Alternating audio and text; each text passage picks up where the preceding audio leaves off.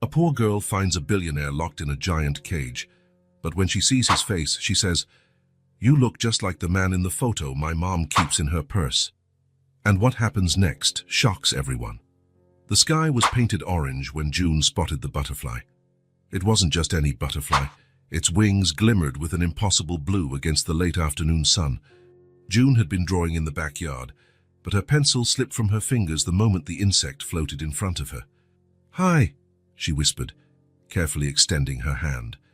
The butterfly fluttered away, as though inviting her to join in a game. June glanced at the house. Mom was busy making dinner. She had mentioned something about onions and crying. She wouldn't understand about following a special butterfly.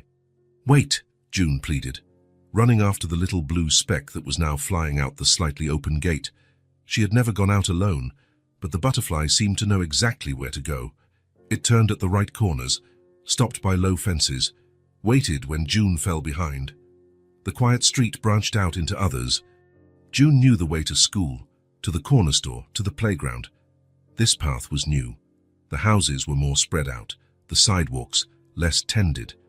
"Where are you taking me?" she asked, her curiosity outweighing her fear. The butterfly flew higher and then swooped over an old wooden fence. June stopped.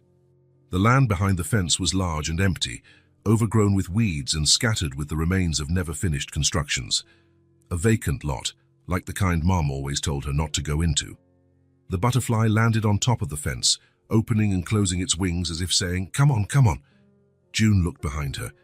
She wasn't exactly sure how long she had been walking. The sun still shone, but lower now. Soon Mum would call her for dinner and realize she was gone. Just for a little bit, she promised herself, and her absent mother. She found a space between the fence boards. It was small, but June was even smaller. She slipped through easily, inhaling the smell of earth and tall grass. Her sneakers sank slightly into the damp ground. The butterfly moved forward, passing broken concrete and bricks. At some point, someone had tried to build something there. Now, nature was taking it back. June kept going, ignoring the small scratches the brush left on her arms. The butterfly seemed to glow more brightly now, as if it had its own light. And then she saw it. Hidden among tall shrubs and a pile of abandoned construction materials was a structure that didn't belong there, a cage. A cage big enough for a man, and inside it, there was a man. June stopped, suddenly aware of her own heart pounding. This was not normal. People didn't stay in cages. People stayed in houses, in offices, in stores, not in rusty cages hidden in empty lots. She should run. She should go back home.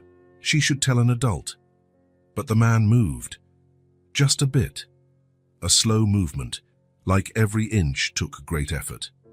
He was sitting on the dirty floor, his back against the bars. The most striking thing to June was that, even in that terrible place, he wore a dark suit and a tie, now stained and torn, as if he had been taken straight from an important meeting to that makeshift prison. The blue butterfly flew in circles around the cage, as though showing June what it had led her there to find. Then it landed delicately on a wildflower growing between the stones. The man opened his eyes, tired eyes that took a few seconds to focus on the small figure standing a few yards away. June did not run. Something in those eyes felt familiar, and sad, and lost. "Hi," she said, in the same voice she used to speak to the butterfly. "You're hurt." It wasn't a question. It was obvious that he was... The man tried to sit up straighter, adjusting his soiled tie in a reflex gesture. His lips were cracked, his skin far too pale beneath stubble that needed shaving. Who are you?" His voice came out rough, like he hadn't spoken in a long time. "June," she answered, taking a small step forward. "Why are you in a cage?" "Is it a game?" The man shook his head slowly. "No, it's not a game." He swallowed with difficulty. You shouldn't be out here by yourself. It's dangerous." June tilted her head, confused. "But you're here." "Not by choice," he said, trying to smile, but managing only a tug of his lips, revealing a broken tooth. The tie, once perfectly aligned, now hung loose and stained around his neck. June moved a bit closer. There was something about his face, something that made her childish mind search for a memory. "You look like the man in the photo my mum keeps in her purse," she said suddenly, eyes wide at the discovery. The man froze. His eyes, which had been half closed in pain, opened completely. "What? Who is your mother?" "Mom is Mom," June answered, with a child's simple logic. "Her name is Nora. She has a photo of you in her wallet. You're smiling in the picture." The man grabbed the cage bars with injured hands, his fingers trembling, the thin fabric of his dress shirt tearing further with the sudden movement. "Nora," he repeated the name like a prayer. "Nora White." June nodded, surprised. "You know my mom." He took a deep breath, as if trying to take in the information. His gaze roamed over June's face, her cheeks, her nose, her eyes. Something in that look made June feel strange, like he was searching for someone else in her. "June," he said finally, his voice stronger now, "please, get help.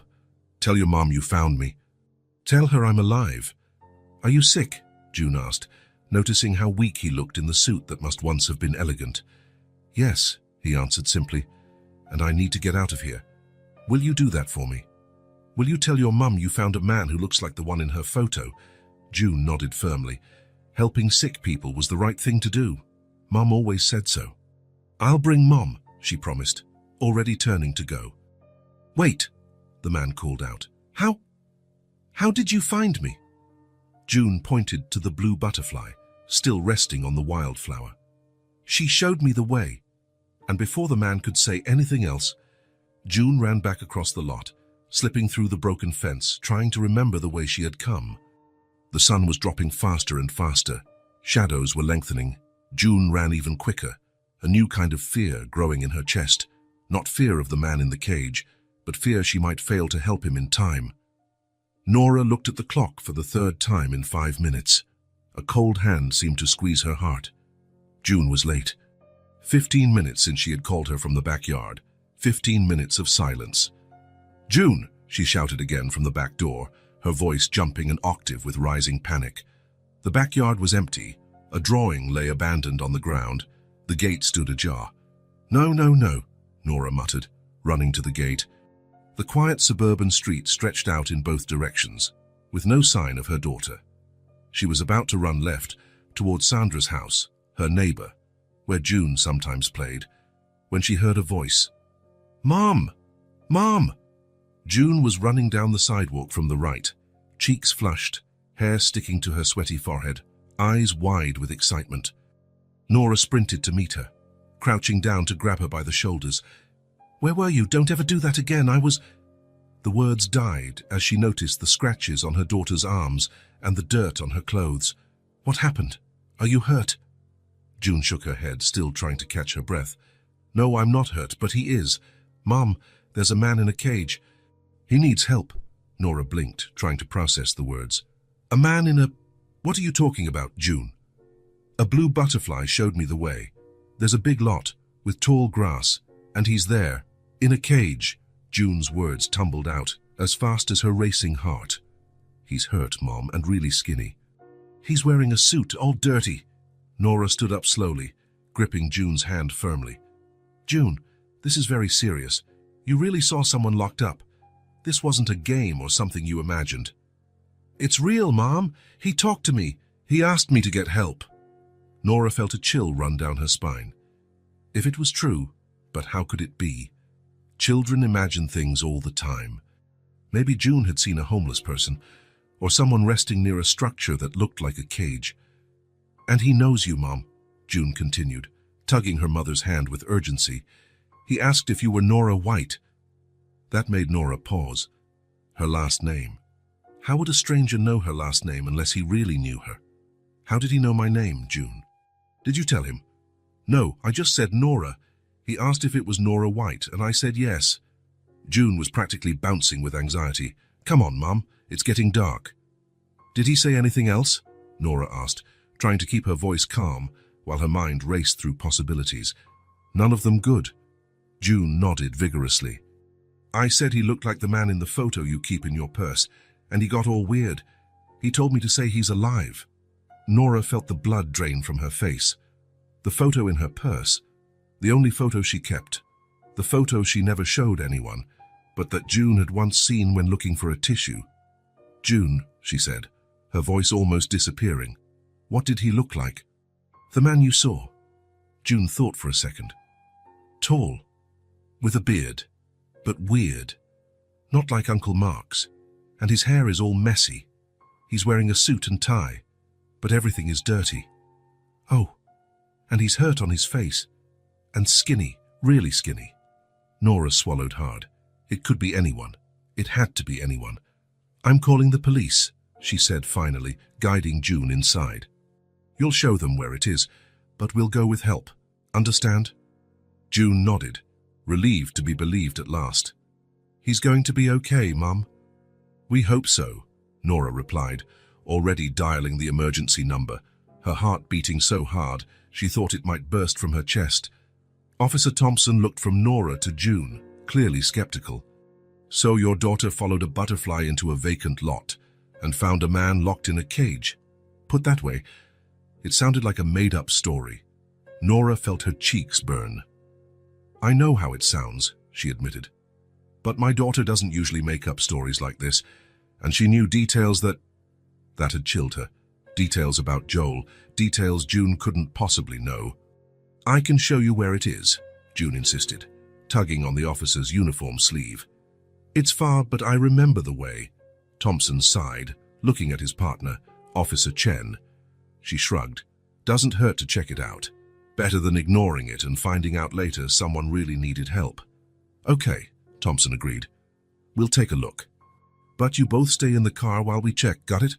Nora agreed, holding June's hand as they walked to the squad car. Night was falling fast. How many hours had that man, whoever he was, been waiting for help? The drive was short, following June's hesitant directions.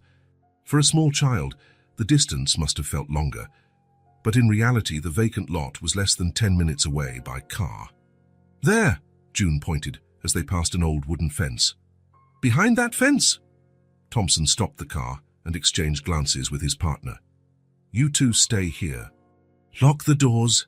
Nora watched, heart in her throat, as the two officers grabbed their flashlights and approached the fence. Thompson found an opening to squeeze through, and the pair disappeared into the dark lot. "It's true, Mum," June whispered, her voice small now that the night had arrived. "He's there." Nora stroked her daughter's hair, speaking soothing words she didn't entirely believe. It was impossible. It couldn't be him. Joel had disappeared from her life a long time ago, by his own choice. Even if he were in town, why would he be locked up? Why would anyone do that? Long minutes passed. Nora could almost hear the seconds ticking in her mind, each one stretching into eternity. Then, through the squad car radio, came Chen's urgent voice. "We need an ambulance on scene. We have a male, approximately 35 years old, dehydrated, multiple injuries. He's conscious and wearing a business suit. Repeat, we need an ambulance right away." Nora closed her eyes. So it was true. There really was a man locked up in there. But it couldn't be. The radio crackled again. "Dispatch. Victim identified himself as Joel Holloway. Businessman reported missing 3 weeks ago. Confirm identity." The whole world stopped. The air froze in Nora's lungs. The name echoed in her ears like a deafening bell. Joel Holloway. The man from the photo. The man June had seen. The man who had once been part of Nora's life long ago. The man whose secret she had buried deep.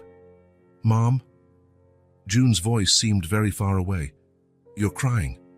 Nora touched her own face, surprised to feel tears. She hadn't realized she was crying. "It's okay," she lied, pulling June close. "You did the right thing. You saved someone's life today." In the distance, sirens began wailing, growing louder. Emergency lights painted the night red and blue. People were arriving, people with questions, people who would connect the dots.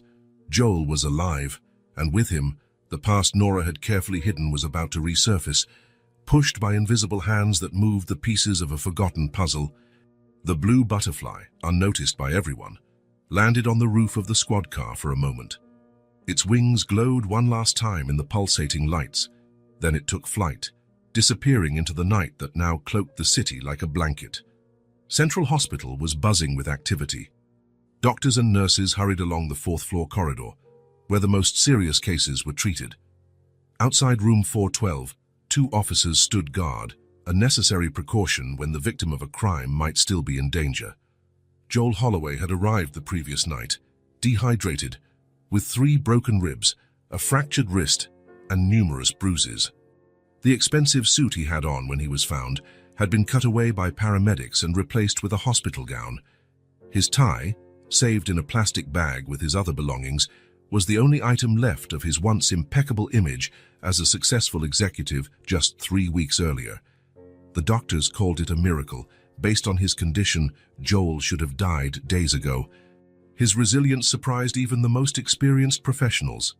"He has something to live for," commented Dr. Rivera after stabilizing his vital signs. "Sometimes, that makes all the difference." In his room, Joel slept under medication. His face, now clean, showed features that had once kept Nora up at night. Thinner, skin marked by recent scars, but still recognizable as the man who smiled in the photo in her purse. Detective Brennan waited for the right moment to ask necessary questions. Who could want to hurt such a respected businessman? Why keep him alive but locked up like an animal? What secrets did this man hold? And perhaps the most intriguing question, how had a child following a butterfly been the only one to find him, when dozens of officers had been searching for weeks? The hospital couldn't keep the secret for long. Before dawn, reporters began to gather in the parking lot. Speculation grew by the hour. Sources confirmed that Joel Holloway, CEO of Holloway Enterprises, missing for 3 weeks, was found alive, rescued under inhumane conditions, locked in an improvised cage, saved by a child who stumbled upon him by accident. Authorities are looking for clues about those responsible for the kidnapping. The news spread like wildfire. The morning had barely begun, and it was impossible to turn on the TV without seeing Joel's face on some channel. And in a small suburban house, just 10 minutes from that vacant lot, Nora watched it all with trembling hands. "Mom, it's the man from the cage." June pointed to the TV while eating her morning cereal. On the screen, an older photo of Joel from better times, confident, smiling, wearing a flawless suit at some corporate event. Nora simply nodded, unable to form words. She had spent the entire night awake, sifting through memories and doubts, wondering what would happen next. June Dars, with a child's innocence, viewed it all as a grand adventure. To Nora, it felt like the past coming back to haunt her. "Is he going to be okay?" June asked, licking her spoon. "I think so, honey." Nora finally found her voice. "The doctors are taking care of him." "Can we visit him? I want to show him my new drawing." Nora felt her stomach tighten. "Not right now, June. He needs to rest." What Nora really needed was time. Time to process. Time to decide what to do. Time she suspected she no longer had. The phone didn't stop ringing all morning. Friends, neighbors, co-workers, all wanted to know if it was true that Nora's daughter had found the missing businessman. Nora gave vague answers, shielding June from the sudden attention. By the 10th call, she let the machine pick up. "Mrs. White, this is Detective Brennan from the police. We need to talk about Joel Holloway's rescue. Please call back as soon as possible." Nora sat on the couch, staring at the phone like it was a bomb about to explode. It was only a matter of time before the questions began. Questions she wasn't sure she wanted to answer. On TV, another special bulletin started. The reporter, with a serious expression, relayed the latest developments. Joel Holloway remains in stable condition, but hospital sources say he is conscious and cooperating with authorities. The police continue to investigate the abduction, considered one of the strangest cases in recent years. Holloway, 35, is known for his rapid rise in the business world. Nora turned up the volume, every word about him hitting her like a stone. The businessman had recently finalized a multi-million-dollar deal with Vertex Corporation when he disappeared without a trace. Speculation suggests the kidnapping is related to this transaction, although the police have yet to confirm it. The images on the screen shifted to show the headquarters of Holloway Enterprises, an imposing building in the financial district. Nora knew that building. She had visited Joel's office once, at the start of their relationship. Back then, he only occupied a small suite, but he spoke about the future as if he could already reach out and touch it. "I'm going to build something that lasts," he had said, eyes shining with ambition, something that makes a difference. And apparently he did just that without her, without knowing about June.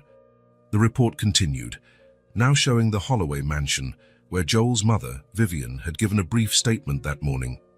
"My son is a fighter. He always has been. We're grateful he was found and confident in his full recovery. The family asks for privacy during this difficult time."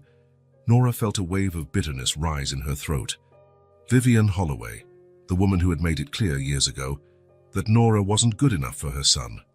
The woman who intercepted letters, blocked phone calls, built walls between Nora and Joel when he traveled for business. "Mom?" 144. June appeared in the doorway, clutching a colorful drawing. Nora quickly turned off the TV. "Yes, honey. I drew a picture of the blue butterfly. Do you think he'll like it?" Nora looked at her daughter, big, expressive eyes, an easy smile, a slightly upturned nose, features that weren't hers, features that belonged to Joel Holloway. "I'm sure he will," she replied, her throat tightening. Deerstill with Teeshaven that afternoon, Nora finally returned Detective Brennan's call. The conversation was brief, professional. Yes, June had found Joel by accident. No, Nora didn't know anyone who might want to hurt him. No, she knew nothing of his business dealings, small, necessary lies, for now. Brennan seemed satisfied, but before hanging up, he added casually, "It's odd, you know. When we asked Mr. Holloway if he knew you or your daughter, he got very agitated. He insisted on thanking you personally." Nora closed her eyes, trying to control her breathing. "Probably because June saved him." "Probably," Brennan agreed, though his tone suggested there was more to the story. "Anyway, once he's stronger, I'm sure you'll have a chance to meet." After hanging up, Nora stayed seated, phone still in hand. It was only a matter of time now. Joel was conscious. Joel wanted to see her. Joel would have questions. How long, she wondered out loud. How long until he looks at June and sees himself? She rose and walked to the small office where she kept important documents. At the bottom of the last drawer, hidden under a stack of bills, was a dark wooden box. Inside it, everything she had tried to bury. Letters never sent. Photos from a perfect summer, a positive pregnancy test, tucked into an envelope, and the document she had shown to no one, June's birth certificate. The father's name left blank, a choice Nora had made when she realized Joel would never return. But now he was back, led by a blue butterfly straight into a life he didn't know he had. Nora shut the box firmly, as if she could trap the past inside it. But it was too late. Buried time was already pushing the lid open, ready to spill secrets long hidden. Outside, the late afternoon sun shone on the yard where June played, unaware of the storm gathering. On the muted TV, Joel Holloway's face kept appearing, side by side with footage of the hospital, where he fought not just for his health, but for the missing pieces of his story. Joel was alive, the man she had once loved, the father of her child. And with his return, Nora's secrets wouldn't remain secrets much longer. Night finally fell, bringing silence to Nora's house. June slept peacefully, hugging the new drawing of the blue butterfly she had made earlier. After a day full of phone calls and news, the quiet felt almost unreal. Nora sat on the back porch, a cup of tea in her hands. The liquid had long since gone cold, forgotten as her mind wandered into the past 7 years. 7 years since she had last seen Joel. Now he was back, brought by a chain of events orchestrated by fate or by a blue butterfly. She closed her eyes, letting herself drift back in time, to when anything felt possible, when love seemed enough. Nora had just turned 22 when she met Joel Holloway. She worked as a waitress in a cafe near the university, saving money to finish her studies. Joel came in every day, sat in the same spot, and ordered the same black coffee. Unlike other suited customers, he always talked to her, never about the weather or trivialities. He asked about her dreams, her plans, and the books she read on her breaks. "You're different," he said one day while paying the bill. "There's a light in your eyes."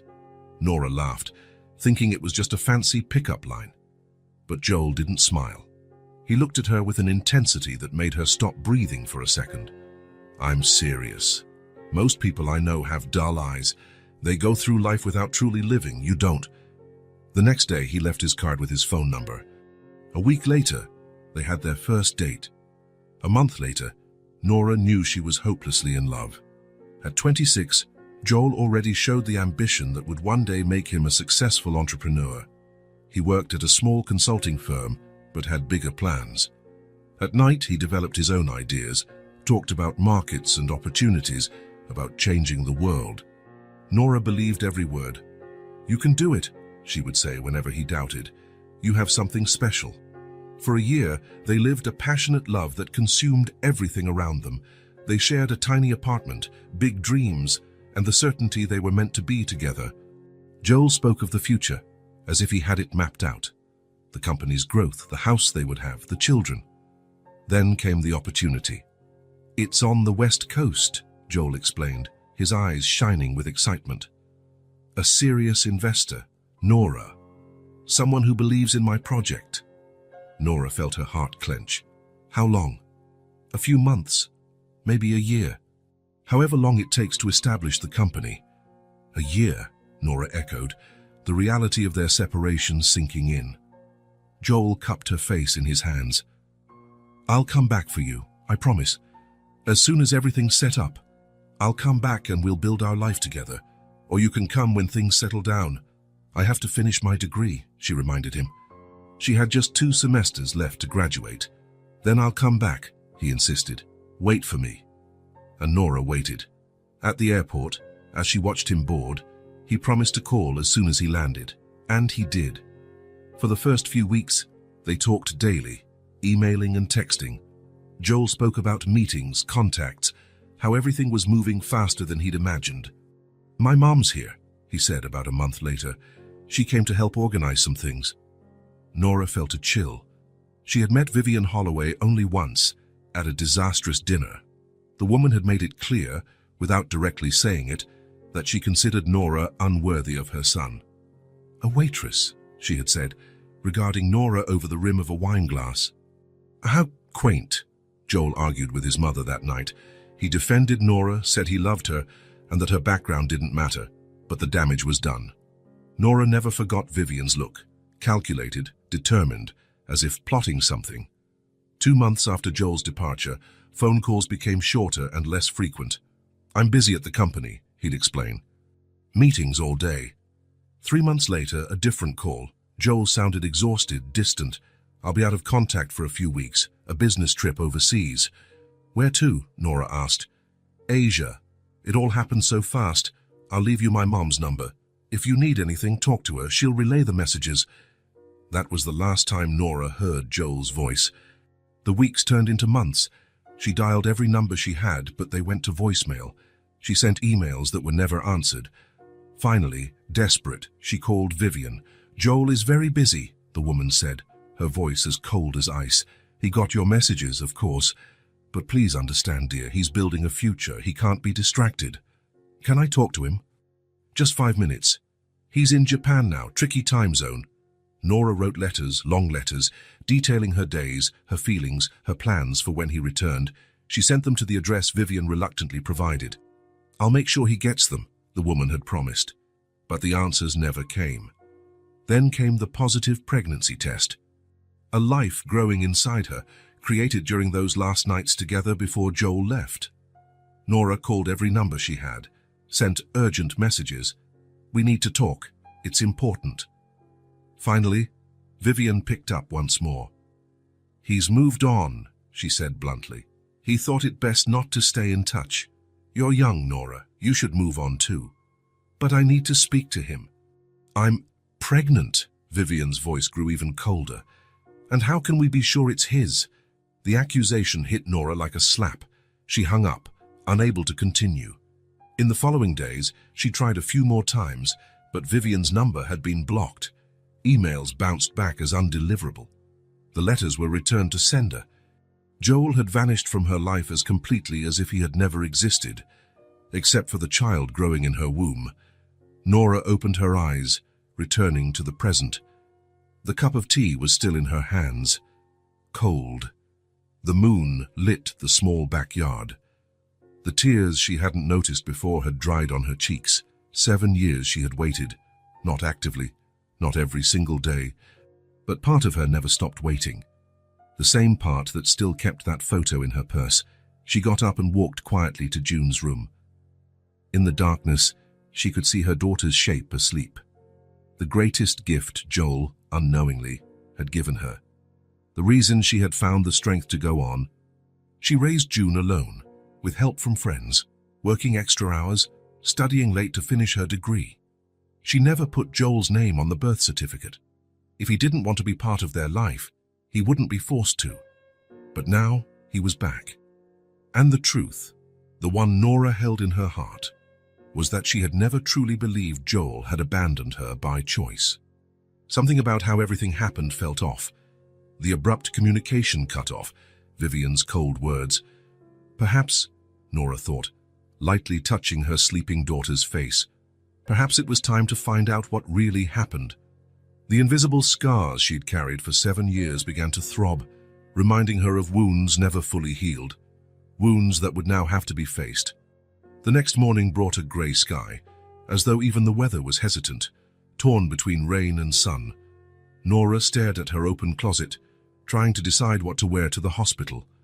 A part of her, the proud, hurt part, wanted to look good, strong, as though the last 7 years had been kind, not a constant fight. "Mom, we're going to be late," June's voice echoed down the hall. Nora grabbed a simple but elegant dress. She wasn't trying to impress anyone, she told herself. She just wanted to feel confident. June was already waiting in the living room, holding the drawing of the blue butterfly carefully folded in her small hands. She had woken earlier than usual, excited about the visit. "Do you think he'll like it?" she asked, showing the drawing for the 3rd time that morning. "I'm sure he will," Nora said, double-checking her purse to be sure they had everything.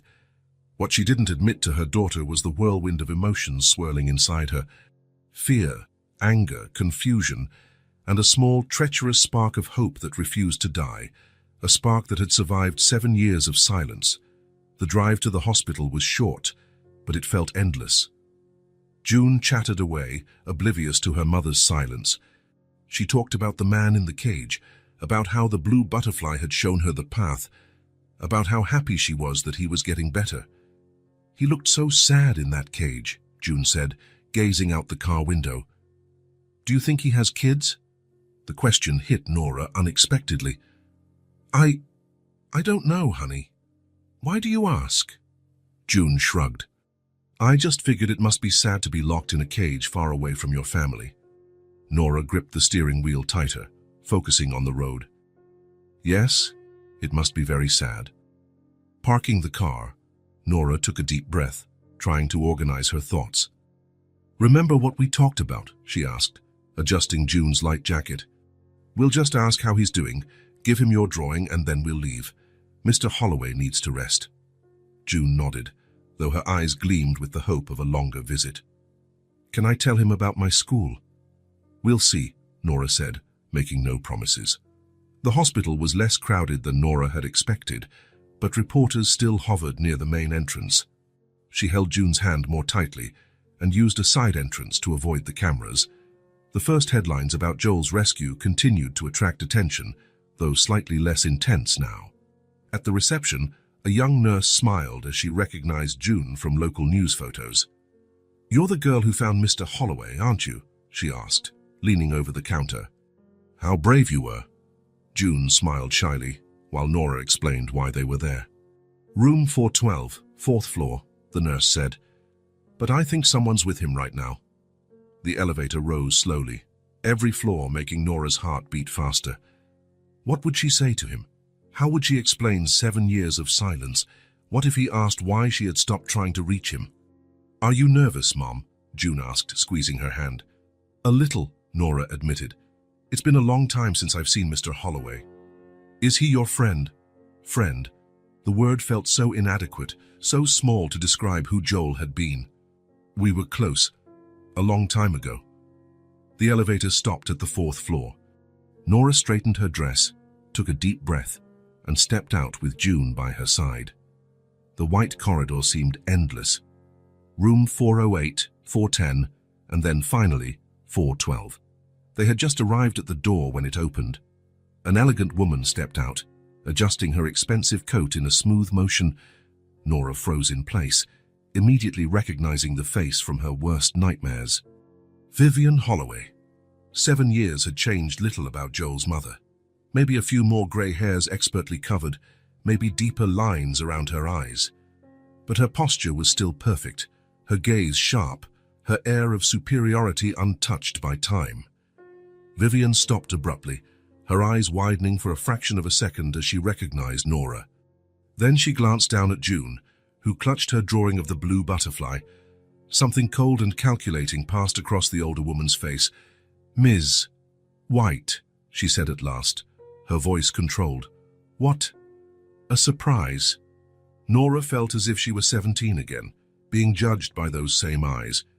But now there was more at stake. Her daughter was there, looking curiously at the stranger blocking the doorway. "We came to see Joel," Nora said, keeping her voice steady. June wanted to see how he's doing. Vivian studied the girl for an uncomfortably long moment, her gaze traveling over June's face with unsettling intensity. When she spoke again, her tone was calculatedly gentle. "You must be the little heroine who found my son. How brave you were." June, usually talkative, just nodded, instinctively stepping closer to Nora. "I brought him my drawing," she said finally, holding out the folded paper. "It's the blue butterfly that showed me the way." For a moment, something flickered across Vivian's face, a hint of emotion quickly suppressed. She looked at Nora again, and all traces of warmth vanished. "Joel is resting now. The doctors just gave him medication. June just wants to give him a drawing," Nora insisted. "We won't stay long." Vivian's expression hardened, and she took a step forward, effectively blocking the entrance. Her voice dropped to an icy whisper only Nora could hear. "He's finally coming back to a normal life. We're rebuilding what was broken." Her eyes flicked quickly to June. "I won't let you show up now and complicate things." "Not this time." Nora felt blood rush to her face, anger building inside her. "He asked to see us. The detective brought us here yesterday." "A mistake," Vivian replied quickly. "Joel isn't thinking clearly after what he's been through. I'm protecting him, as I always have. As I always have. As I always." The words echoed in Nora's mind, bringing back all the suspicions she'd buried over the years. The unanswered letters, the blocked calls, the messages that never arrived. "You don't have the right to stop this visit," Nora whispered, so softly the words barely came out. "I was clear about wanting to see us." Vivian's face remained impassive, but her eyes shone with glacial determination. "You disappeared from his life for 7 years," she hissed, each word cutting like ice. "And now you appear, suddenly, with a child in tow. What's your plan exactly?" Nora met Vivian's gaze without flinching. "I'm not planning anything. June saved his life. She just wants to know if he's okay." "What a fascinating coincidence, don't you think?" Vivian's eyes narrowed slightly as she looked at June again. "Out of everyone in this city, it was your daughter who found him." The implication hung in the air between them. Nora felt her throat tighten. Vivian had always been a master at making her feel small, inadequate, and suspicious. "It was the butterfly," June chimed in, seemingly unaware of the tension between the two women. "She showed me the way." Vivian looked at the child with an expression mixing dismissal and curiosity. Then she turned back to Nora with a practiced smile. "Joel needs peace and quiet now. Not distractions from the past." "Mom," June tugged on the sleeve of Nora's dress, "can we give him the drawing now?" Before Nora could reply, Vivian turned to June with a calculated smile. "Why don't you give the drawing to me, dear? I promise I'll make sure he gets it as soon as he wakes up." June glanced up at Nora, clearly uncomfortable, clutching the paper to her chest as though protecting it. "We'd better come back another day, June," Nora said finally, placing a protective hand on her daughter's shoulder. "Mr. Holloway needs to rest right now." Vivian smiled triumphantly, then turned back to Nora with a politely distant expression. "Thank you for helping my son, but you can go now." That old contempt was there, in the subtext of her courteous dismissal, the same tone she used on the phone years ago, telling Nora Joel was too busy to speak to her. Nora swallowed, staying silent. Part of her, the young, insecure part, wanted to run away from that corridor, that hospital, those memories, but another part, the woman who had survived alone for 7 years, refused to be dismissed so easily. "Come on, June," she said finally, her voice quiet but firm. "We'll be back when Mr. Holloway is feeling better." Vivian arched an eyebrow, clearly interpreting the words as a retreat.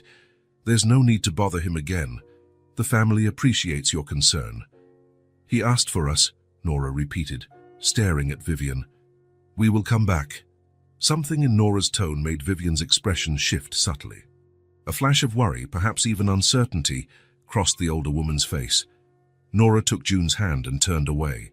She could feel Vivian Holloway's gaze piercing her back as they walked along the corridor to the elevator. "Mom, why doesn't that lady like us?" June asked when they were far enough away. Nora sighed, searching for words simple enough to explain something so complicated.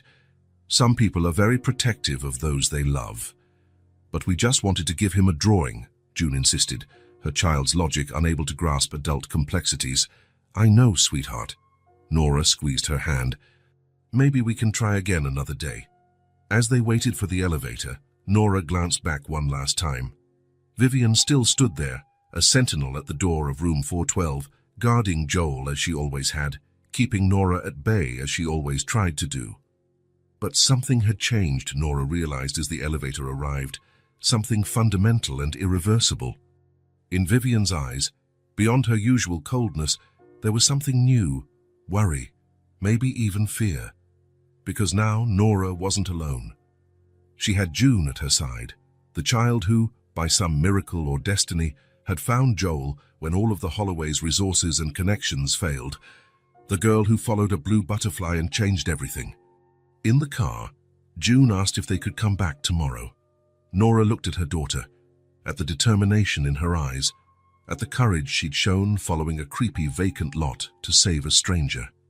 "We'll try," she replied, a new resolve growing inside her. 7 years ago, Nora had given up, not because she wanted to, but because she was alone against a wall of silence. Young, scared, without the means to fight a powerful family like the Holloways. But now it was different. Now she had June. And no matter how hard Vivian tried, she couldn't deny that it was this little girl who saved her precious son when all the Holloways' power and resources failed. "Mom," June said as they drove away, "I think he'd be happy with my drawing." "I think so too, honey," Nora answered, a new determination blossoming within her. "And we'll make sure he gets it." Because Vivian Holloway might have won a battle today, but the war was only beginning. And this time, Nora wasn't fighting just for herself or for a past love. She was fighting for something much bigger. She was fighting for the truth. The hospital room seemed smaller every day. Joel Holloway, sitting on the edge of his bed, gazed out the window at the world beyond, a world he had nearly lost forever. 3 weeks in the darkness of that rusty cage had taught him to value the simplest things: sunlight, wind on his face, the freedom to simply walk, and faces, especially 2 faces he couldn't get out of his mind. "Mr. Holloway, your medication." The nurse entered with a cup of water and some pills. It was the 5th week of recovery, and the doctors mentioned he might be discharged in a few days. Joel swallowed the pills mechanically, still gazing out the window. "Thank you, Claire." When she left, Joel picked up his new phone. His old one had vanished along with him on the day of the kidnapping. He scrolled to a recently added contact, Marcus Daniels, private investigator. He typed a brief message. "Any updates?" The answer came minutes later. "Address confirmed. We'll send details soon." Joel closed his eyes, feeling both relief and apprehension. Ever since he'd learned that Nora and June had tried to visit, and that his mother had blocked them, as he'd discovered through a talkative nurse, he knew he had to find them again. The door opened, and his mother walked in, elegant as ever, carrying a folder of documents. "The doctors say you might be discharged in 2 days," Vivian announced, placing the folder on the table. "Everything is ready for your return. The house is prepared, security's been tightened, and I've arranged appointments with the best specialists to continue your treatment." Joel nodded, without enthusiasm. Since Nora's thwarted visit, something had shifted between him and his mother. A heavy silence, unasked questions floating in the air. "You stopped Nora and her daughter from visiting me," he said at last, without looking at her. Vivian paused in the middle of straightening the papers. "You needed rest, not complications from the past reappearing suddenly. As you've always done, right?" "What are you talking about?" Joel finally turned to face her. 7 years ago. The letters, the calls.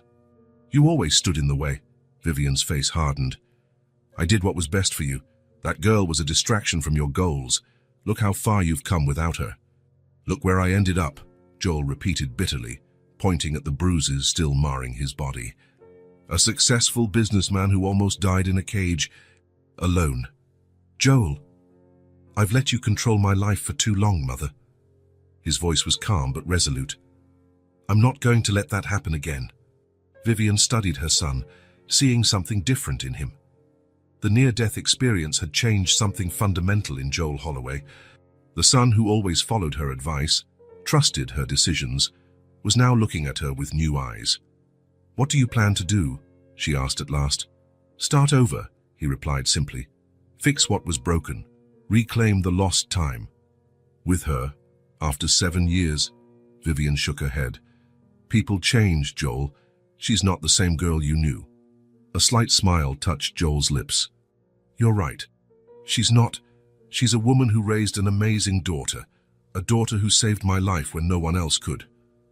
Vivian grabbed her purse, clearly uncomfortable with the direction of the conversation. "Get some rest. We'll discuss this when you're thinking more clearly." After she left, Joel checked his phone again. Another message from Marcus Daniels. An address, a discreet photo of a yellow house with a small front yard, and a schedule when Nora usually arrived home from work, when June returned from school. Information that, in the wrong hands, would be invasive, but for Joel it was a map to a lost treasure. 2 days later, Joel was discharged. He declined his mother's offer to stay at the Holloway mansion. Instead, he took a cab to the hotel where his driver had left a car for him, a simple model, nothing like the luxury vehicles he used to drive. "Are you sure you're well enough to drive, Mr. Holloway?" the hotel receptionist asked, noticing Joel's still cautious movements.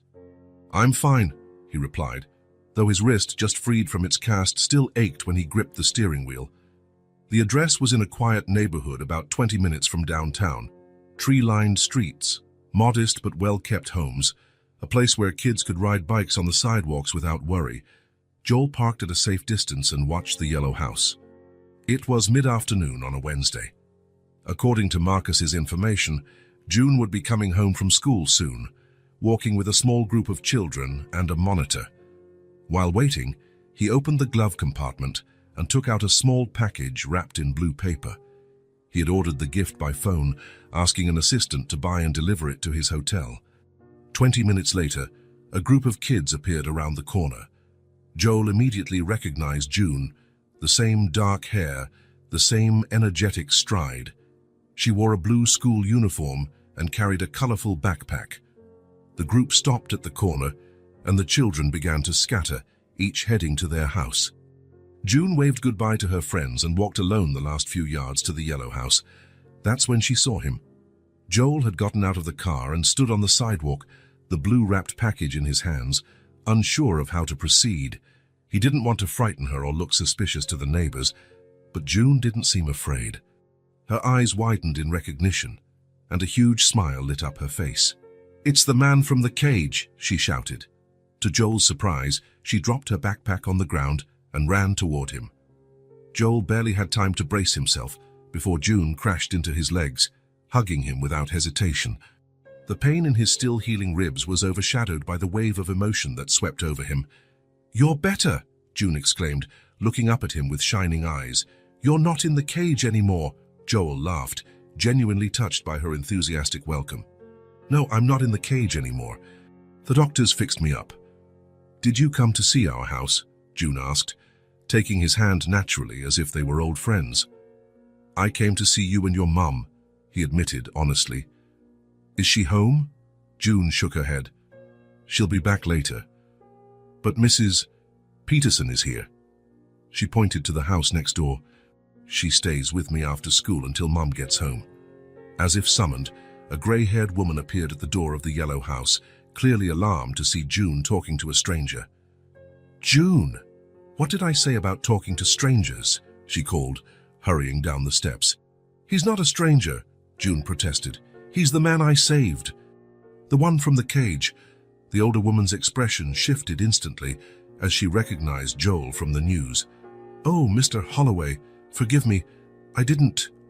Don't worry, Joel said kindly. You're right to be cautious.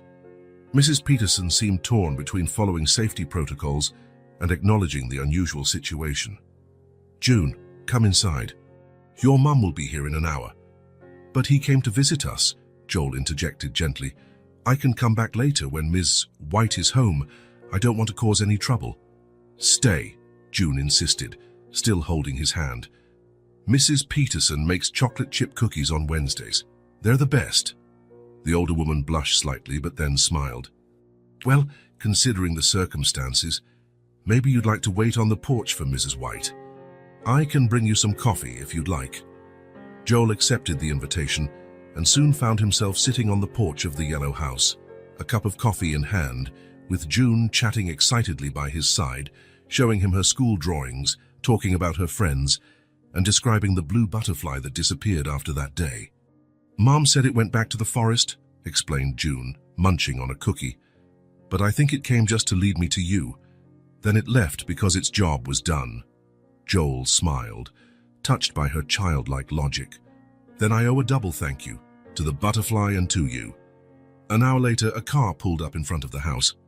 Joel's heart raced when Nora stepped out, carrying a work folder and grocery bags. She didn't see him immediately.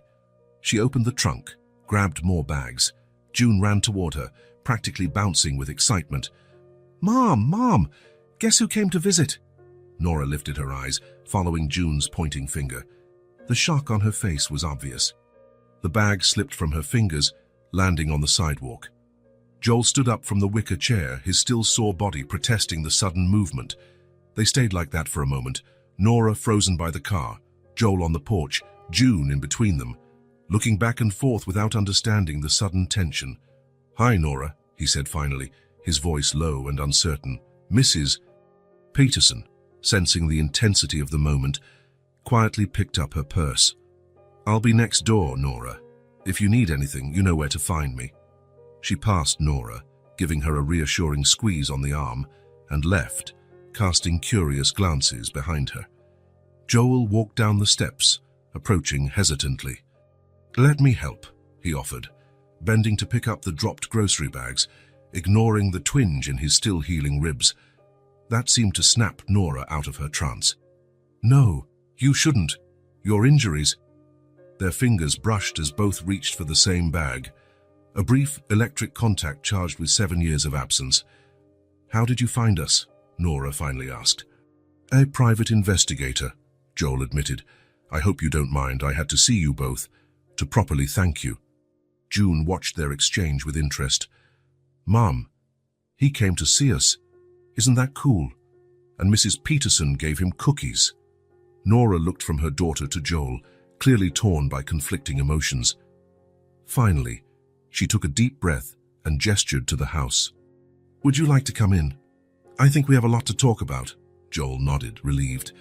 He picked up some of the bags and followed Nora and June into the yellow house. The interior was exactly how Joel imagined, a cozy space with personal touches everywhere, photos of June on the walls, children's books piled on a low shelf, a sofa with colorful cushions. A real home, not just a place to live. Nora asked June to wash her hands and change clothes while she put away the groceries. Joel offered to help, and they worked side by side in the small kitchen, a charged silence hanging between them. You look well, he said at last. Nora gave a faint smile. You look alive. Which is a big improvement since the last time I saw you. My mother told me you tried to visit, and she stopped us." "It wasn't a question." Joel sighed. "I'm sorry about that. Vivian has always been protective." "That's one way to put it," Nora replied, shutting the fridge door harder than necessary. Silence returned, heavier this time. There was so much to say, so many questions, so many explanations owed. But where to start? "Why now?" Nora asked at last. "After 7 years, why come back into my life now?" Before Joel could respond, June hurried back into the kitchen, now dressed in shorts and a t-shirt with a butterfly print. The moment for confrontation was postponed. "Can we show him the house, Mom?" June asked. Nora hesitated, then nodded. "Sure, honey. But don't take too long. I'll start dinner soon." "Will you stay for dinner?" June asked, turning to Joel with hopeful eyes. He glanced at Nora, who shrugged slightly. "If your mom invites me." "You can stay," Nora said, her tone gentler now. "It's the least we can do to thank you." The house tour was quick. Living room, kitchen, bathroom, a small office where Nora worked, and June's bedroom, which the girls showed off with particular pride. It was a small but enchanting space, with pale blue walls, a bed draped in star-patterned fabric and drawings everywhere. "I made all these," June declared, pointing to her artwork. "And that one is you." Joel moved closer to a drawing that stood out, a figure in a suit inside what looked like a cage. Next to it, a little girl and a giant blue butterfly. Something tightened in his chest, an emotion he couldn't name. "It's really good," he said, his voice slightly shaky. On the way back to the living room, Joel noticed a photo on the shelf that he'd missed before. Him and Nora, 7 years younger, smiling, arms around each other in front of a lake. He remembered that day, a spontaneous picnic shortly before he left.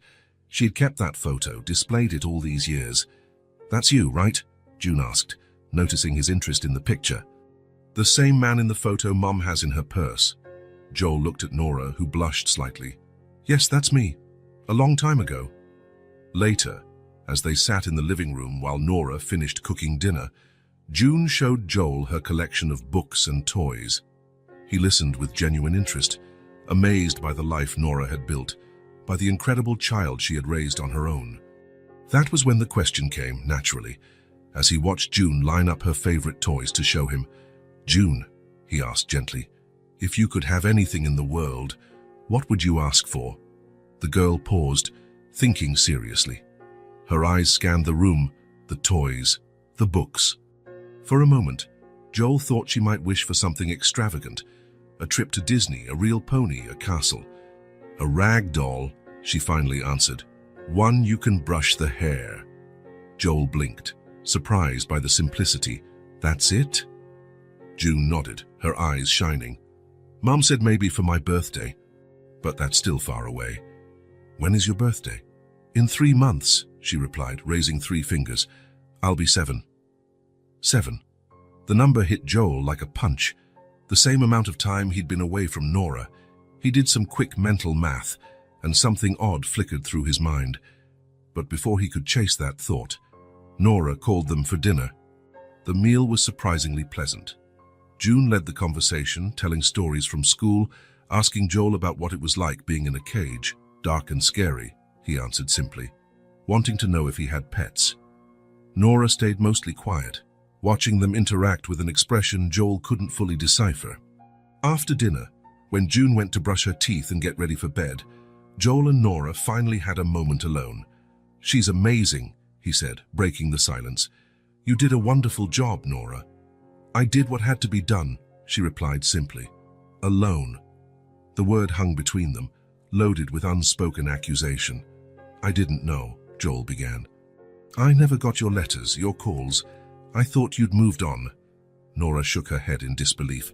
"I looked for you for months, Joel. Called every number I had. Sent letters. Your mother said you didn't want contact anymore." "Vivian interfered," Joel admitted, guilt weighing on him. "I only found out recently. When I told her I wanted to see you, to thank you for June finding me. She confessed she intercepted our communications, said she did what was best for me." Nora swallowed hard, eyes bright with unshed tears. 7 years, Joel. 7 years that won't come back. Before they could continue, June returned in her pajamas, asking Joel to read her a bedtime story. Nora reluctantly agreed, and he followed June to her room. When the story ended and June was nearly asleep, Joel remembered the blue package he had left in the car. He'd had it with him all evening. "June," he whispered, "tomorrow I'll bring you something special." "What?" she mumbled sleepily. "A surprise, but I promise you'll like it." "A doll," she murmured. Joel smiled, touched by the hope in her voice. "Maybe. Now go to sleep." When he left June's room, Nora was waiting in the hall. "I should go," he said.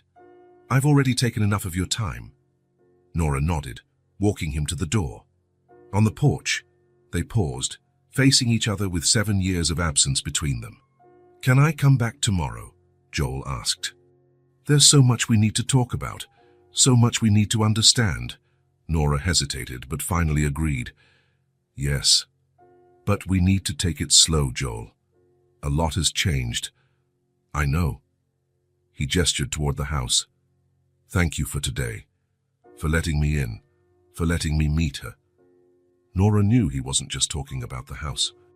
As Joel drove back to his hotel, he couldn't stop thinking about June or her simple wish, a rag doll with hair to brush. That girl lived in a modest home with a working mother, likely without many luxuries.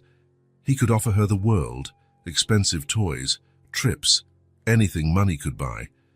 Yet she asked for something so simple, something any child would treasure from someone who cares. That girl could have asked for anything, and she asked for love, disguised as a toy. And Joel, driving through the night, promised himself he wouldn't disappoint June, or Nora, not this time. Saturday morning dawned under a clear sky and mild sun. Nora woke early, as usual, even on weekends. Joel's visit the night before had left her mind spinning with questions. She prepared breakfast on autopilot, scrambled eggs, toast, orange juice. The familiar morning sounds calmed her nerves. Routine was a safe harbor. June was still asleep, hugging the small wooden horse Joel had given her at the hospital.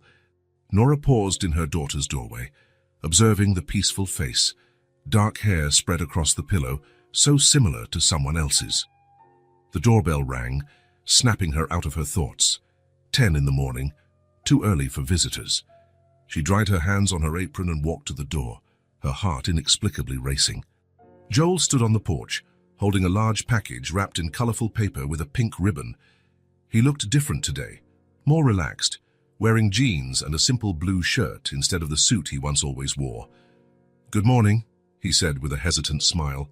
"I hope I'm not too early." Nora shook her head. "No, it's fine. June's still asleep, but come in." Joel stepped inside, placing the package on the living room table. He seemed more at ease, more like someone who belonged in that space. "Coffee?" Nora offered. "I'd love some." They sat at the small kitchen table. Joel looked around the cozy space, floral curtains, June's drawings taped to the fridge, a plant hanging above the sink. "How did you manage?" Nora asked, breaking the silence as she poured the coffee. "What? The doll? You barely had time." Joel smiled, taking a sip. "I have my ways. After I left here, I made some calls until I found the right store. The owner opened just for me." "The privileges of being Joel Holloway," Nora remarked, a slight ironic note in her voice. "Actually, the privileges of being a man desperate not to disappoint a child," Joel corrected gently. Nora nodded, slightly embarrassed by her assumption. Another silence fell, less awkward, but still loaded with unspoken words. The sound of sleepy footsteps in the hallway signaled June's arrival. She appeared in the kitchen doorway, rubbing her eyes, her hair in every direction. When she saw Joel, her sleepy face lit up. "You came back!" she exclaimed, running to the table. "I promised I would, didn't I?" Joel smiled, surprised when June climbed into the chair beside him without hesitation. "There's something for you in the living room," he said, exchanging a quick glance with Nora. "Really? What is it?" June's eyes shone with excitement. "How about having breakfast first?" Nora suggested, placing a plate of scrambled eggs in front of her daughter. "But, Mom, your mother's right," Joel intervened gently. The surprise isn't going anywhere. June, reluctantly convinced, devoured her breakfast at impressive speed. In record time, her plate was empty. Done! Can I see it now? Nora and Joel shared an amused look. Brush your teeth first, Nora instructed. June practically flew to the bathroom. Left alone again, Joel and Nora exchanged a smile. Has she always had this much energy? Joel asked. Always, Nora confirmed. Since she was a baby, she'd wake up smiling. June returned in minutes, teeth brushed, face washed, wearing shorts and a t-shirt with stars. Now can I see it? Sure, Joel said, standing. It's in the living room. June dashed off, with Joel and Nora following behind at a calmer pace. In the living room, the girl circled the large, brightly wrapped box, her eyes evaluating its size and shape. You can open it, Joel told her. No second invitation needed. June tore through the wrapping paper with zeal. In seconds, the paper was on the floor, revealing a large box with a rag doll's picture. A doll with hair, June shouted, jumping with excitement. Just like I asked for. But it wasn't just any doll. It was a premium version with extra accessories, combs, ribbons, spare outfits, even a tiny tea table. Open it, hurry, June pleaded, barely able to contain her excitement. Joel knelt beside her, ignoring the stab of pain in his still recovering ribs, and helped her pull the doll from the box. Together they removed it, a handmade creation of soft fabric, long yarn hair, embroidered eyes, and a meticulously detailed dress. She's beautiful, June whispered, cradling the doll in awe.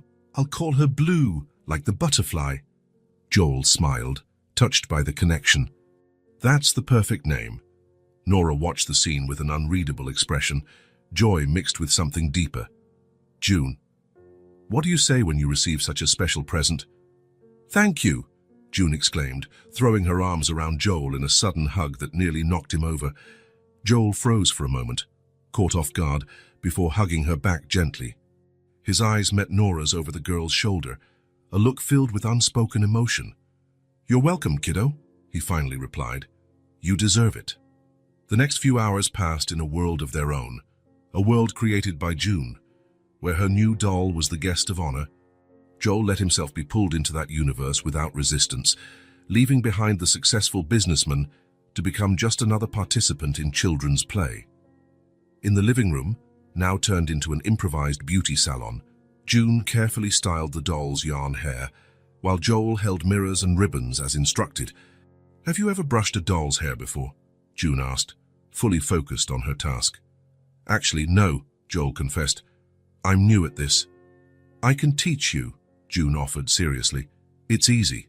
You start from the ends and work your way up. Joel watched, fascinated, as June demonstrated, her small face scrunched in concentration. There was something mesmerizing about the seriousness with which she approached this simple chore. Soon, the doll had a fancy braid decorated with colorful ribbons. Now it's your turn to brush, June declared, handing Joel the comb. I'm not sure I can make it look as good, he hesitated. It doesn't have to be the same. Sayo can do it your way.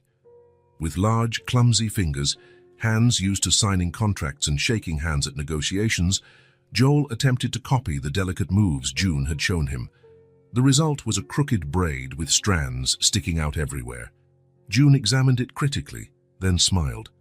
It's okay for your first time, Joel laughed, surprised by her graciousness. Thank you. I guess I need more practice. That's fine. You can come tomorrow again and I'll teach you more. The simplicity of that offer hit Joel in an unexpected way. The ease with which June included him in her world, the natural assumption that he would come back, as though his place were there with her. In the kitchen, where she was tidying up lunch, Nora could hear the laughter and the conversation.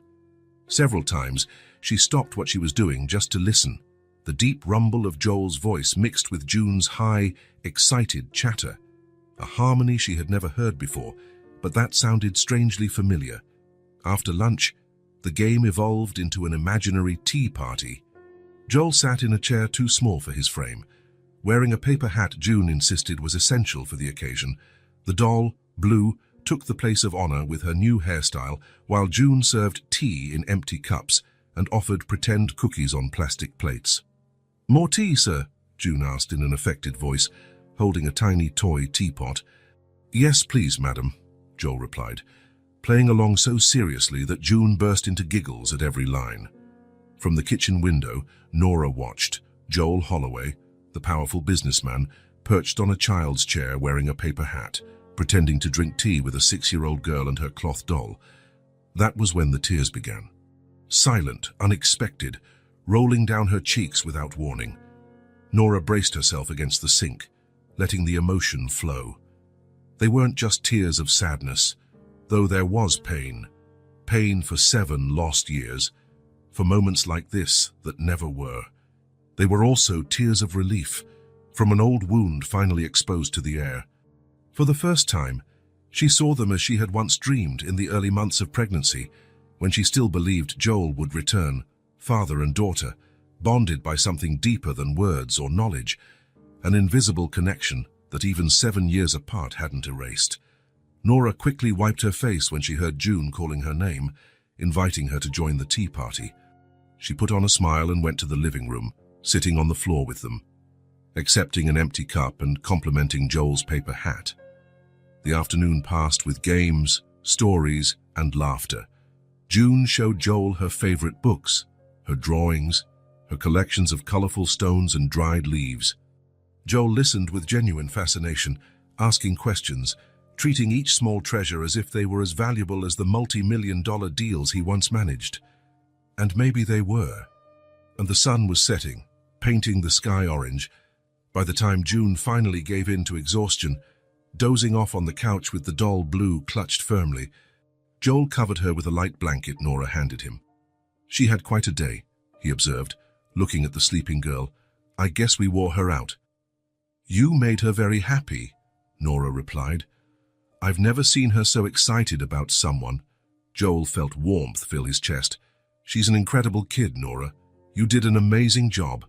Nora gestured toward the porch. Want to get some air? June will probably sleep for a while. The porch of the yellow house was small but welcoming, 2 wicker chairs side by side, hanging plants overhead, garden lights that automatically turned on at dusk. They sat in silence for a few minutes, watching the sky darken. Thank you for today, Nora said finally, for the gift, for spending time with her. It meant a lot to June. It meant a lot to me too, Joel replied. More than I can explain. Silence returned, more comfortable now, as if something had been settled. The lights in nearby houses began to flicker on, little yellow beacons in the growing darkness. Can I ask you something? Joel turned to face her. Sure. Why do you still keep my photo? He asked softly. June said you have one in your purse, and I saw the other on the shelf. After everything, after all the silence. Nora gazed at the horizon for a long moment before answering. Because even when everything fell apart, I needed to believe it was real. Her voice was gentle but firm. That what we had wasn't just something I made up. That the man I loved truly existed, even if he had moved on without me. Joel closed his eyes briefly, absorbing her words. I thought you'd forgotten me, he admitted. When I got no answers, when the calls stopped. I thought it was just a chapter in your life you preferred to close. Nora turned to him, surprised. I never stopped trying to reach you, Joel. I was the one who got no answers. What do you mean? I waited. Her voice grew more intense. For months. I called every number I had. I sent letters to the address your mother gave me. Left messages with secretaries and receptionists. Nothing. Total silence. Joel swallowed, realization dawning. Vivian. Yes. The confirmation came bitterly, but without surprise. Your mother. She told me you had chosen to move on, that you didn't want contact, that you had other priorities now. She lied. Joel's voice hardened. I never got your letters. I never knew about your calls. When I asked about you, she said you'd stopped looking for me. That you'd moved on with your life. She showed me a magazine, Nora continued, remembering clearly. A photo of you at an event, arm in arm with another woman. He's found someone from his own world, she told me. And you believed it. What else could I do? You never answered, never called. Nora turned to face him, pain clear in her eyes. "I even tried when I realized I was pregnant. I begged your mother for your contact." Joel went pale. "You told her you were pregnant?" "I started to. She cut me off. She asked how she could be sure the baby was yours. She said you wouldn't want to know anyway." A heavy silence followed. 7 years of life shaped by lies, choices made on false information. "I'm sorry," Joel said at last, "for not realizing what she was doing, for trusting her when she said you'd moved on." Nora shook her head slowly. "I fell for it too. I believed you'd simply chosen another life." Joel reached out hesitantly, brushing his fingers across Nora's on the arm of the chair, a delicate, almost shy touch. "What do we do now?" he asked quietly. "With all this truth?" Nora didn't pull her hand away. "I don't know. I just know I can't keep pretending you're just the man June saved. Not after today. Not after seeing you two together." "I'll talk to Vivian tomorrow," Joel said, a clear decision in his voice. "I'm going to confront her about what she did." "Be careful," Nora warned. "She won't give up control easily." "She already lost it," Joel answered with a certainty that surprised them both. "The moment I realized what she did, that control ended. She just doesn't know it yet." Night wrapped around them, shading the small porch in gentle darkness. Two worlds that had been kept apart for so long were beginning to reconnect, cautiously but hopefully. "Thank you for today," Joel said, still lightly holding Nora's fingers. "It was more than I deserved." "It was exactly what June deserved," Nora replied. "And maybe what all of us needed." They stayed like that, side by side on the porch of the yellow house, linked not only by the past they once shared, but by the newly discovered truth of what really happened. Both victims of the same silence, orchestrated by Vivian. And for the first time in 7 years, that silence had finally been broken. The Holloway mansion stood imposingly against the morning sky, its white columns and tall windows reflecting the sunlight. Joel parked in the circular driveway, staring at the house where he'd grown up. It had never truly felt like home, more a monument to the family's ambitions than a place of warmth. After all he'd learned from Nora the night before, he knew exactly what he had to do. He couldn't put off this conversation any longer. The butler answered the door with usual formality. "Mr. Holloway, your mother is in the library." Joel dismissed him with a nod and walked down the familiar corridor. Each step echoed on the marble floor, matching the resolve he'd never felt so strongly before. He found Vivian seated in her favorite armchair, reading reports with glasses perched on her nose. At 60, she remained elegant and commanding, hair perfectly styled, pearls at her neck, posture flawless. "Joel," she said, looking up with a carefully measured smile. "What a pleasant surprise. I didn't expect to see you today." "We need to talk," he replied, staying on his feet. Something in his tone made Vivian's smile falter slightly. "About what?" "About Nora. About the letters she sent me 7 years ago. About the lies you told." A heavy silence filled the library. Through the large window, the sun cast shadows of books on the shelves, creating geometric patterns on the Persian rug. "I don't know what you're referring to," Vivian said at last, though her voice betrayed a tension rarely heard. "Please," Joel said, stepping closer. "Don't insult my intelligence. I spoke to Nora yesterday. We compared stories." Vivian removed her glasses slowly, folding them with methodical precision, buying time while she recalculated her approach. "I see you found her again, despite my advice," she said, a note of studied disappointment in her voice. "It wasn't advice, Mother. It was manipulation, like so many times before." "Joel, you're emotionally vulnerable after what happened," Vivian argued, standing up. "That woman is taking advantage of you." "Stop," Joel interrupted, with a firmness that surprised them both. "You have no right to talk about her like that, not after what you did." Tense silence followed. Vivian studied her son as if truly seeing him for the first time. There was a new resolve in his eyes, a determination never there before. "What exactly do you think I did?" she asked eventually. "You intercepted Nora's letters, blocked her calls, told her I didn't want contact, and told me she'd moved on." Vivian didn't answer right away. For a moment, she seemed to consider denying everything. Then something changed in her expression, not regret but resignation, as though she realized the game was up. "You were young," she said finally. "You had your whole future ahead of you. Opportunities that couldn't be wasted on a teenage romance. So you admit it," Joel said. No surprise, just confirmation of what he already knew. "I did what any mother would do. I protected your future." Joel shook his head in disbelief. "It wasn't protection. It was control. You decided what was best for me without giving me a choice. You would have ruined your life," Vivian said, her voice growing hard. "That girl, that relationship, they didn't match your goals, your potential. I had to protect your future." The truth finally out, hanging between them like a ripped veil. Joel regarded his mother, the familiar face now revealing a calculated coldness he had chosen not to see before. "And in doing so, you destroyed what I most wanted to live," he replied, voice low but firm. Vivian stepped closer, touching his arm, a maternal gesture she often used to calm disagreements, to regain control. "Look at everything you've accomplished, Joel. The company, the success, the respect, everything we dreamed of." "Everything you dreamed of," he corrected, pulling away from her touch. "You never asked what I truly wanted. You were too young to know what you wanted? And now, am I still too young? Do I still need you to decide what's best for me?" Joel walked to the window, looking out at the meticulously designed gardens, so controlled, so artificial, like the life his mother had planned. "How many other decisions did you make for me?" he asked. "How many opportunities, relationships, experiences did you filter because they didn't fit your vision of my life?" Vivian's silence was answer enough.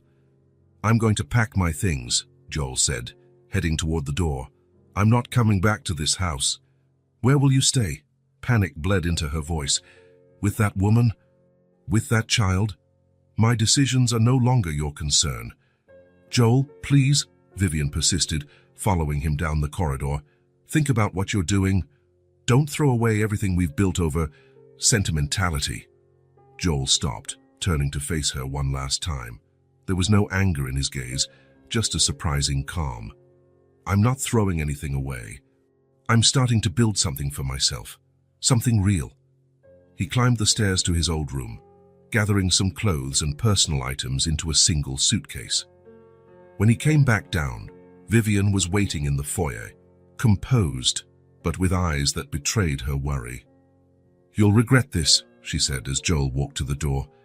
"When you realize the mistake you're making. The only mistake I made was letting you decide my life for so long." Leaving the Holloway mansion, Joel felt the weight of decades of expectations fall from his shoulders. For the first time in his adult life, he was genuinely making his own choice, and it was the most liberating thing he'd ever experienced.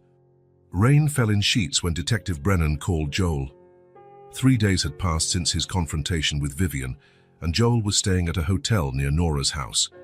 Though she'd offered the guest room, they agreed they needed time, for June, for themselves, to process all that was happening.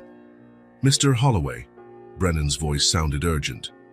"We have new developments in your case, significant ones. Can you come to the police station today?" "Did you find out who was behind the kidnapping?" Joel's heart sped up. "We'd prefer to talk in person, and you might want to bring your lawyer." An hour later, Joel and his corporate attorney, Martin Wells, walked through the doors of the Central Police Station. The place was bustling, typical of a Monday afternoon, but Joel hardly noticed the commotion. His mind was set on one thing, finally learning who had kept him captive for 3 weeks. Brennan received them in a meeting room, not a typical interrogation space. A good sign, Joel thought. Next to him sat Marcus Daniels, the private investigator Joel had hired to find Nora and also investigate the abduction alongside the police. "Mr. Holloway, Mr. Wells, thank you for coming so quickly," Brennan began, placing a thick folder on the table. "We've been working with Mr. Daniels for the past 48 hours, and the results are surprising." Marcus leaned forward. "Joel, we know who did this, and we have solid proof." "Who?" Joel almost whispered the question. Brennan slid a photograph across the table. The familiar face froze Joel's blood. Graham Voss, his partner for 8 years, his friend from college. The man who attended corporate events as a guest of honor, who dined at his home, who knew every detail of his personal and professional life. "This makes no sense," Joel murmured, staring at the photo. "Graham, are you sure?" Marcus nodded solemnly. "Absolutely.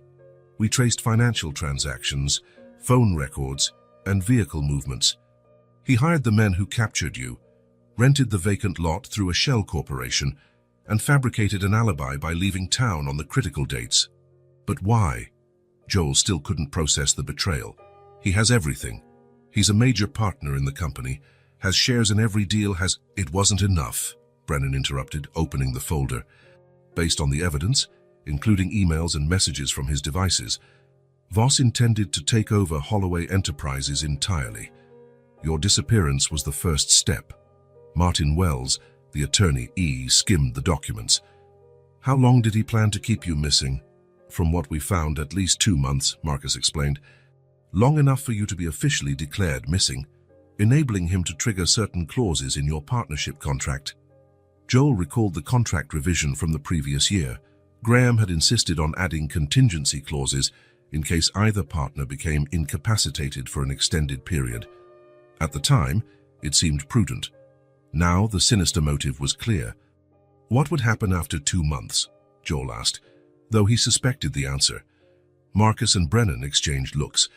Brennan replied, "We didn't find explicit plans for a final outcome, but there were searches on his computer about body decomposition and remote areas a few hours from the city." Joel closed his eyes briefly, absorbing that revelation. Graham hadn't just betrayed him, he had planned his murder. "Did he act alone?" Joel asked, regaining composure. "From what we uncovered, yes," Marcus confirmed. "The men hired for the capture had no idea who you really were. They were told you were a debtor, and to keep you alive until further orders. They were paid through offshore accounts we traced back to Voss. We arrested those men 2 days ago," Brennan added. "They confessed and identified Voss as the ringleader." Martin Wells stood, adjusting his suit. "And Graham Voss? Has he already been taken into custody?" "We're on our way to arrest him now," Brennan said. "We wanted to let you know first, Mr. Holloway, given how personal this betrayal is. Also," he hesitated for a moment, "we thought you might want to be there." Joel considered it. Graham Voss, the man he'd known since he was 20, who witnessed his climb in business, who apparently envied him to the point of plotting his death. "Yes," he decided, "I want to see him when he's arrested."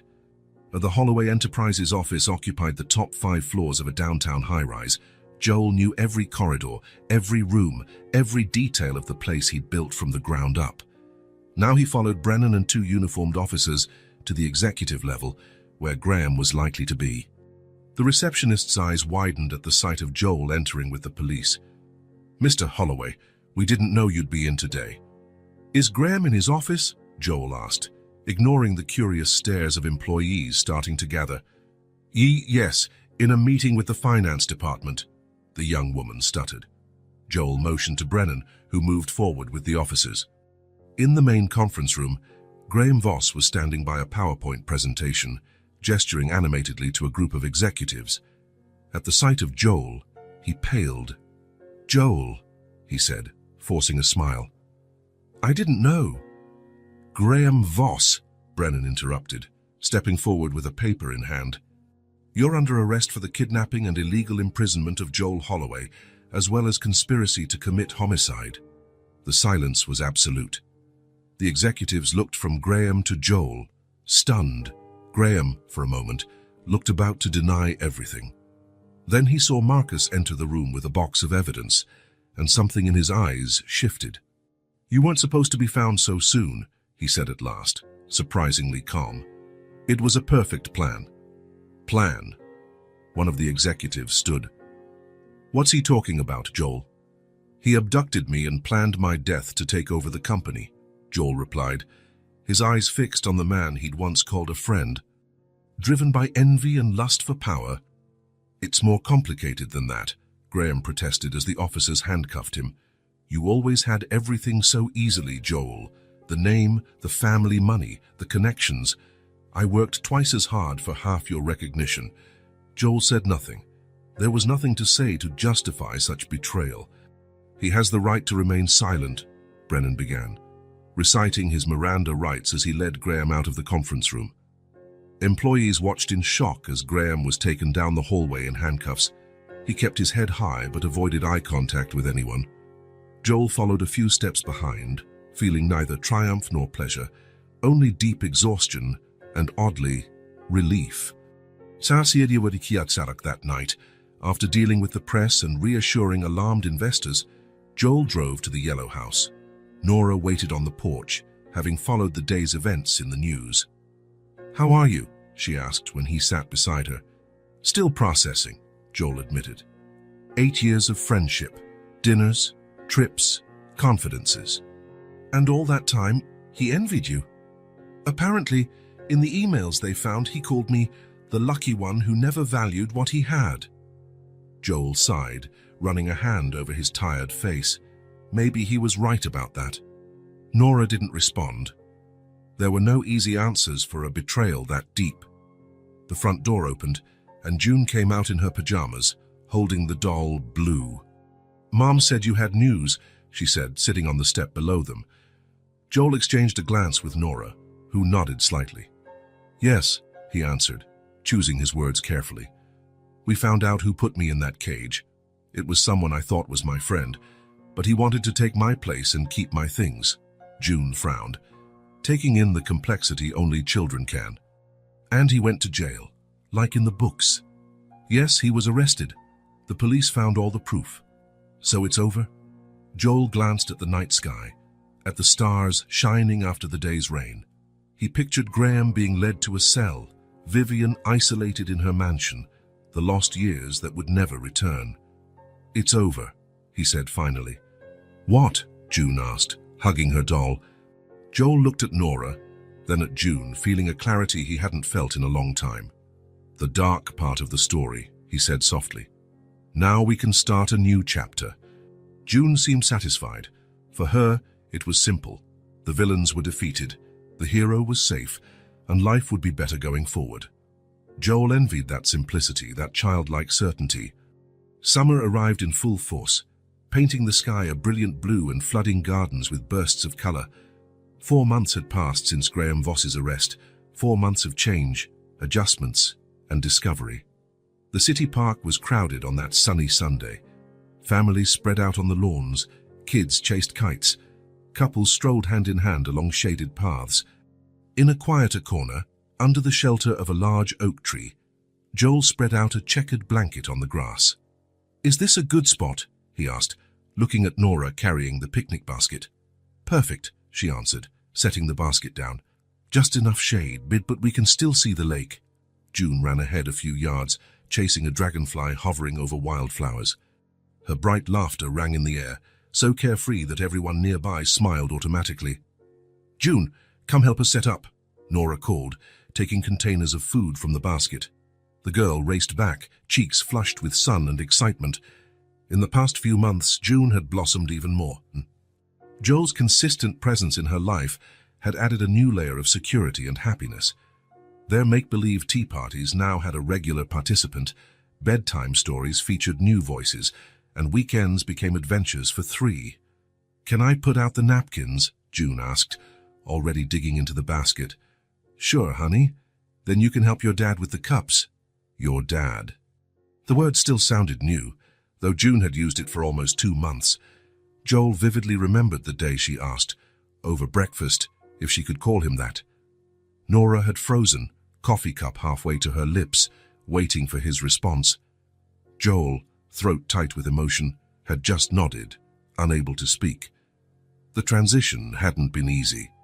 After Graham's trial, where he pleaded guilty in exchange for a lighter sentence, Joel had divided his time between rebuilding the company and building a relationship with his new family. At first, they had regular dinners and weekends together.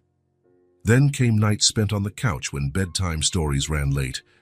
Finally, 6 weeks ago, he officially moved in, his belongings mingling with Nora's in the yellow house that now felt like a true home. The truth about Joel's paternity had been revealed to June gradually. Nora and Joel agreed she deserved to know, but they wanted to handle it carefully. In the end, June made it simpler. "I already knew," she'd said, startling the two adults who had painstakingly planned the conversation. "We have the same nose, and we like the same stories, and sometimes you make the same face I do when I'm thinking." A child's perception, free from the complicated filters of adulthood, made everything clearer. "I made a special sandwich for you, Dad," June said now, handing him a neatly wrapped package. "It has extra jelly, just how you like it." Joel smiled, accepting the gift. "Thank you, sweetheart. It looks delicious." Nora watched them with a mix of joy and wonder. She still had moments when all of it felt like a dream. Joel sitting beside them for a Sunday picnic, her daughter calling him Dad, the natural way they formed a family. As if those 7 years of separation were just a parenthesis in the story they were always meant to live. "What are you thinking?" Joel asked, noticing her distant look. "How we got here," she answered, opening a thermos of lemonade. "All the what-ifs that could have stopped this from happening." Joel nodded, understanding. What if June hadn't followed that butterfly? What if he had died in that cage? What if they'd never discovered the truth about Vivian? "But we're here," he said simply, taking Nora's hand and squeezing it gently. "That's all that matters." Lunch unfolded with light conversation and laughter. Joel talked about new projects at the company, now reorganized after Graham's departure. Graham's conviction had made headlines everywhere, but Holloway Enterprises was recovering well, backed by new investors and renewed market confidence. Nora talked about her job in marketing, where she had recently been promoted. Years of single parenthood had forged a determination now recognized professionally. June shared stories from school, her friendships, her daily discoveries. Her teacher had noted positive changes in the last few months. The girl had always been bright, but now she radiated a new confidence and calm. "Sarah said my family is different," June mentioned, chewing on an apple. "Because you two were apart and then got back together. She said her parents got divorced and never wanted to see each other again." Joel and Nora exchanged uncertain looks. How to respond? Once again, it was June who offered the wisdom they needed. "I told her every family has its own story. And ours is like those books where you have to go through hard things before you get a happy ending." Joel felt his heart swell. How could someone so young understand something that so many adults never grasped? After they finished eating, Joel lay down on the blanket, using the backpack as a pillow. June snuggled up next to him, and together they began spotting shapes in the clouds. "That one looks like a dragon," Joel pointed. "No, it's a horse with wings," June corrected. "A Pegasus." "Yes, how did you know?" Joel smiled, ruffling his daughter's hair. "I read a lot of stories when I was your age." Nora watched them, legs folded, sipping lemonade.